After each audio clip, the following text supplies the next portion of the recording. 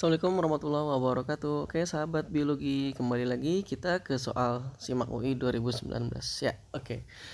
Dalam rekayasa teknologi plasmid, suatu gen target dapat disisipkan ke dalam plasmid bakteri karena adanya peran penting dari enzim. Nah, ini berarti masuk ke materi bioteknologi, tepatnya rekayasa genetik ya. Oke, kita cek dulu seperti apa ya, sambil mengulang. Oke, dari gambar ini teman-teman bisa lihat gimana prosesnya. Jadi intinya rekayasa genetik itu adalah teknologi untuk mengotak-atik gen gitu. Nah, kenapa kok gen itu bisa diotak-atik, bisa disambung, bisa diputusin? Ya, karena kan semua makhluk hidup itu sebenarnya isi DNA-nya sama aja. Ya, isinya 4 kombinasi dari basa nitrogen, adenin, guanin, timin, sitosin sama gitu. Mau manusia, mau virus, mau bakteri sama aja. Makanya semua bisa direkayasa gitu. Bahkan bisa disambung, bisa digabungin ya kan. Nah, ini teman-teman bisa lihat di gambar ini. Ini saya ada bakteri E. coli yang biasanya sering dipakai untuk rekayasa genetik ya. Mungkin kalau dulu waktu SMP pernah belajar tentang pembuatan bakteri yang bisa menghasilkan insulin. Nah, ini dia prosesnya. Ini yang pertama kita ambil bakterinya, si E. coli ya. Ini sel manusia. Nah, jadi ada dua ini ya. Ada dua bahan. Yang pertama kita ambil gen insulin dari manusia. Jadi ini terjadi karena mungkin si manusia ini udah nggak bisa ngasilin insulin lagi. Jadi tubuhnya sudah nggak bisa ngasilin insulin lagi, makanya dia harus ngambil insulin dari luar. Si manusia tadi harus ngambil insulin dari luar gitu. Nah, biasanya diambilnya dari ekstrak pankreas sapi atau pankreas babi ya. Cuma sekarang kita sudah bisa memproduksi insulin dengan menggunakan bakteri gitu. Jadi bakteri itu bisa kita manfaatin. Nah, ini gambarnya sebelah kiri teman-teman bisa lihat. Si bakteri E. coli ini dia ternyata mempunyai dia punya kromosom nih. Nah, ini kromosomnya. Dia juga punya kromosom yang bentuknya bulat. Kromosom yang bentuknya bulat, DNA yang bentuknya bulat kita sebut dengan plasmid. Nah, plasmid ini yang sering digunakan sebagai vektor atau pembawa gitu. Jadi teman-teman bisa lihat di sini, ini plasmidnya, dan plasmid ini bisa kita keluarin, bisa kita isolasi. Nah, ini ceritanya si bakteri ini pengen kita rekayasa gimana caranya supaya si bakteri tadi ini bisa menghasilkan insulin seperti tubuh kita ngasilin insulin. Karena kan orang kena diabetes itu kan dia udah nggak bisa ngasilin insulin ya. Ya biarpun ada ini salah satu tipe diabetes di mana dia tidak bisa menghasilkan insulin. Nah, kalau kasusnya dia kena diabetes yang tidak bisa menghasilkan insulin karena penyakit autoimun ya. Jadi kita bisa manfaatin plasmid, kita bisa manfaatin insulin yang disuntikan ke tubuh dia. Nah, insulin itu dibuat dengan cara ini. Jadi gitu teman-teman. Nah, lihatnya ya. Di si bakteri ini plasmidnya kita keluarin. Kelihatan ya, ini plasmidnya ada nih ya. Kita keluarin semua. Setelah kita keluarkan plasmidnya ini dari bakteri yang banyak ya. Setelah kita keluarin, kita potong. Jadi si plasmid ini setelah kita keluarkan, plasmidnya kita potong. Nah, gitu. Setelah plasmidnya kita potong, motongnya pakai apa? Pakai enzim. Nama enzimnya enzim restriksi. Nah, mungkin teman-teman pernah dengar enzim pemotong DNA, namanya enzim restriksi endonuklease ya. Restriksi endonuklease. Nah, jadi setelah kita keluarin, kita potong dengan menggunakan enzim restriksi endonuklease. Akhirnya kita mendapatkan si plasmid ini jadi putus-putus ya. Nah, dan putusan-putusan dari plasmid ini bisa kita sisipkan gen asing. Gen asing yang kita sisipkan adalah gen yang kita inginkan. Nah, karena kita pengen si bakteri ini bisa ngasilin insulin, makanya kita sisipkan gen insulin. Dari mana gen insulinnya? Ya dari sel manusia. Dari sel manusia kita ambil, kita potong menggunakan restriksi juga. Jadi restriksi endonuklease adalah enzim pemotong. Jadi restriksi endonuklease itu tipenya banyak. Nah, jadi di bakteri dan di manusia kita harus menggunakan enzim restriksi yang sama karena restriksi itu tipenya banyak, ya kan?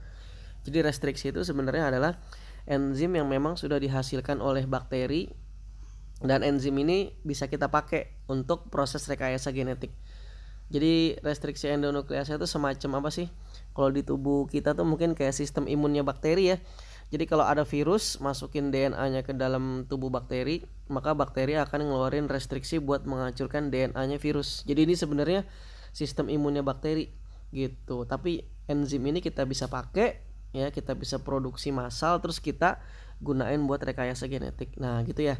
Nah, setelah restriksi kita gunakan di sel bakteri dan kita gunakan di sel manusia, kita akhirnya mendapatkan masing-masing potongan DNA. Dari bakteri namanya potongan plasmid, dari manusia berarti potongan gen manusia tadi yang kita inginkan. Nah, kebetulan ini yang kita potong adalah gen penghasil insulin. Nah, berikutnya ini tinggal kita gabung DNA manusia dan DNA si bakteri yang dalam bentuk plasmid, tinggal kita gabung.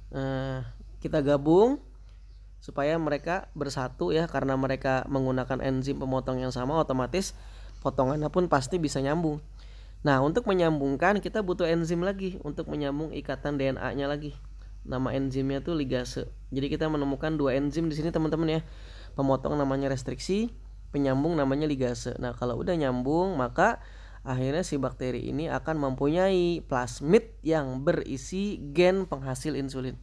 Jadi plasmidnya ini tinggal kita campurin lagi sama bakteri, maka bakteri akan mengambil plasmidnya secara transformasi ya.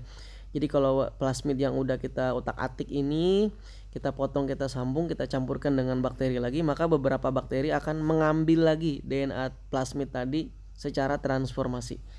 Akhirnya bakteri yang sudah mempunyai DNA rekombinan atau DNA gabungan tadi atau plasmid yang sudah kita rekayasa, maka bakteri tadi akan bisa menghasilkan insulin. Nah, gitu prosesnya.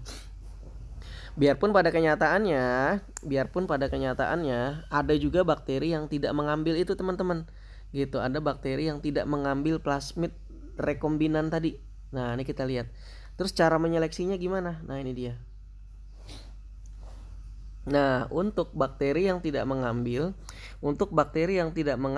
tadi teman-teman, bakteri yang tidak mengambil plasmid yang udah direkayasa ya kan, plasmid ini.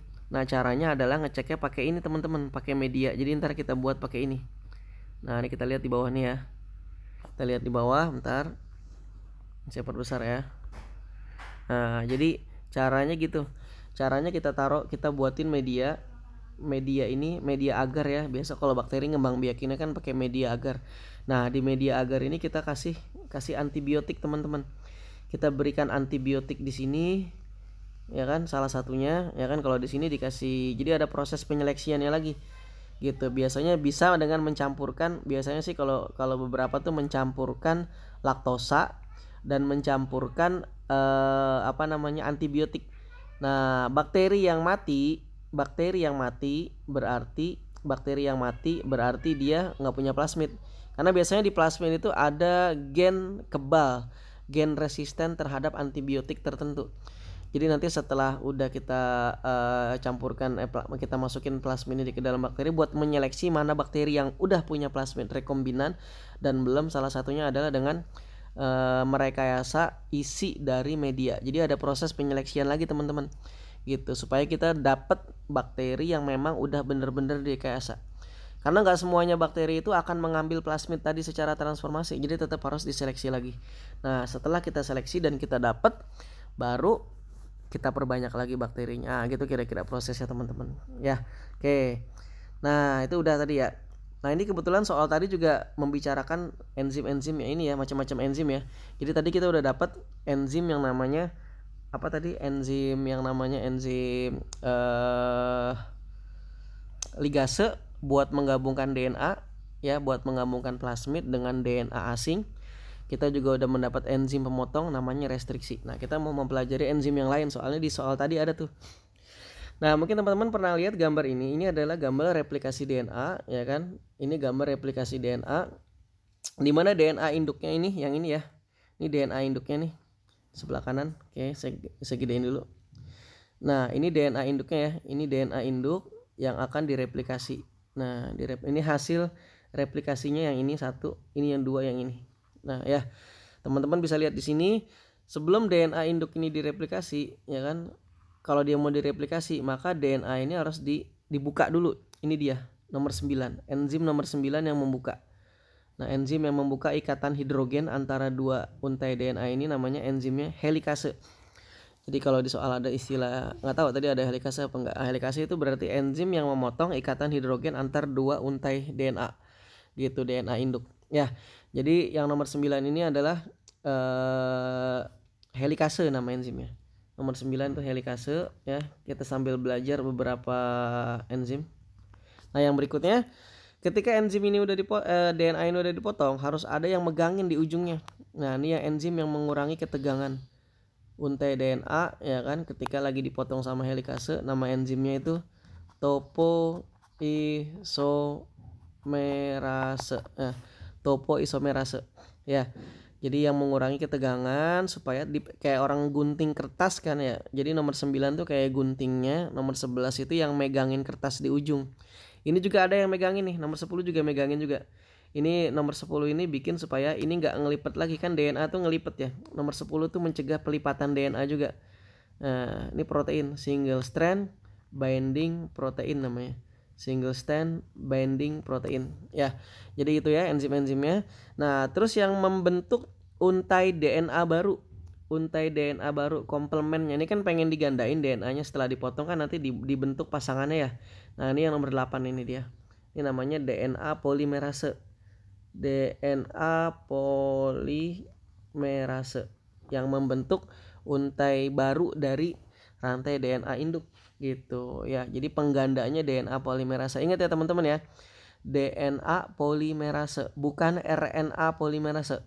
Kalau RNA polimerase itu enzim yang mentranskripsi DNA membentuk RNA duta. Saya ulang. Kalau RNA polimerase itu enzim yang berfungsi di proses sintesis protein tahap pertama.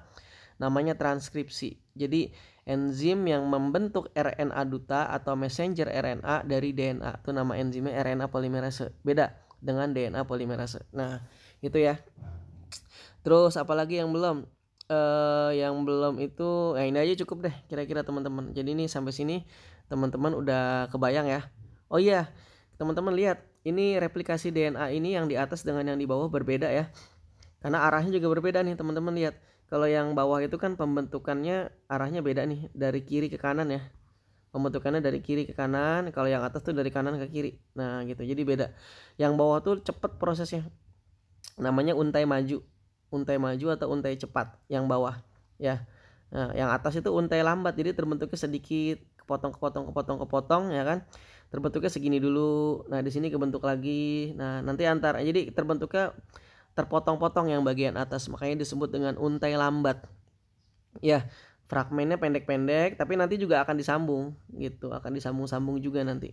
Ya. Di proses pembentukan untai lambat ini ada beberapa enzim yang teman-teman akan kenal. Yang nomor 6 namanya primase. Enzim primase ya kan. Yang nomor 7 ini ligase nih teman-teman. Nah, ini ligase juga penggabung DNA. Ya, sama seperti di proses rekayasa genetik tadi. Ya. Oke, itu kira-kira sekarang kita udah bisa jawab soalnya. Kira-kira jawabannya apa? Ya, oke.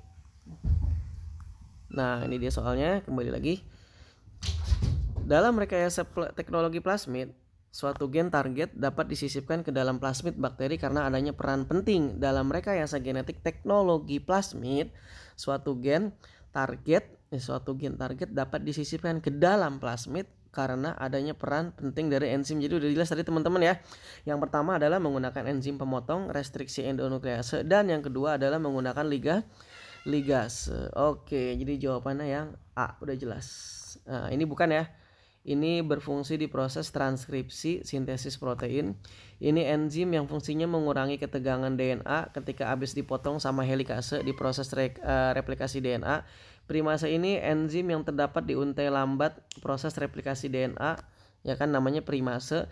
Isomerase ya enzim yang fungsinya membentuk isomer. Ini di mana aja ada gitu. Udah jelas yang nomor 19 jawabannya berarti 2 ya. Restriksi endonuklease dan ligase. Restriksi buat pemotong, ligase buat penyambung DNA. Oke. Semoga bermanfaat. Terima kasih. Assalamualaikum.